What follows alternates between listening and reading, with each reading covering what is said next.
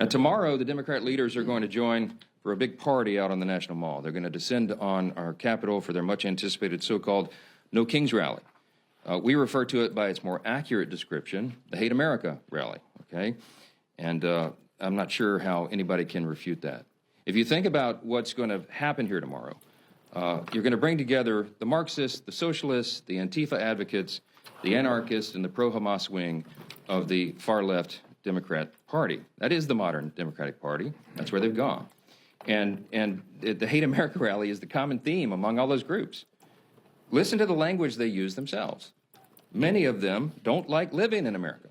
They hate capitalism. They hate our free enterprise system. They hate our principles.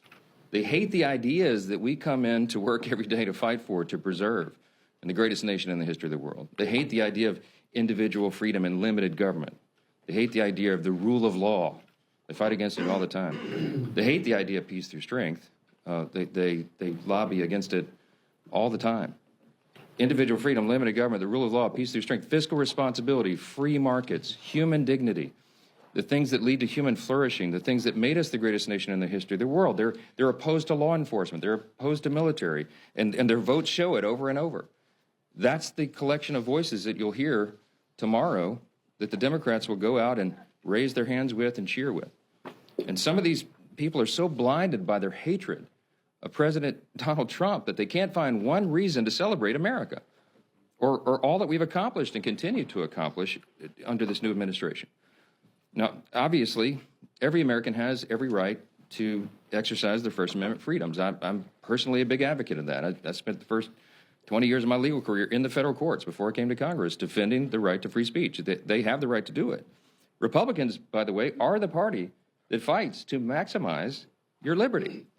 And we believe, just as our founders did, that every American has been endowed by God himself with unalienable rights, and that includes the rights to life and liberty and the pursuit of happiness. But tomorrow, this rally is not about freedom. It's about the opposite. For many of our Democrat colleagues, tomorrow is about creating really a spectacle. That's what they've been doing here every day of the shutdown with their little TikTok videos and their publicity stunts, and they're going to do it in a much larger venue tomorrow. And as the shutdown drags on, it's becoming increasingly clear that this spectacle is the reason the Democrats have refused to reopen the government. Just read a sample of the materials that this organizing group has circulated far and wide about the event tomorrow. They distributed talking points cheering on the shutdown. I mean, they're urging this on. They love this. They're cheering on Chuck Schumer's decision to close the government, and their lead organizer said this. This is his words, not mine. Quote, "He hasn't surrendered yet. I call that progress."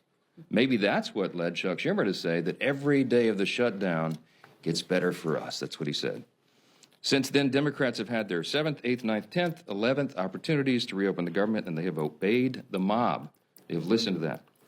On Wednesday, this is pretty ominous. I don't know if anybody's reported on this, but you should. The lead organizer of tomorrow's event issued an open threat to Democrats in Washington, and this is what he said, quote, "The cavalry is coming in on October 18th, and they're either going to be celebrating you or they're going to be calling for new leadership in the Democrat Party." Now, I know who heard that. Chuck Schumer heard it. Hakeem Jeffries heard it. And their actions and their votes show that they are taking that as an order. Evidently, they've decided it's more important to show a fight to President Trump and appease this mob than to reopen the government and ensure the American people are taken care of. It's a binary choice right now.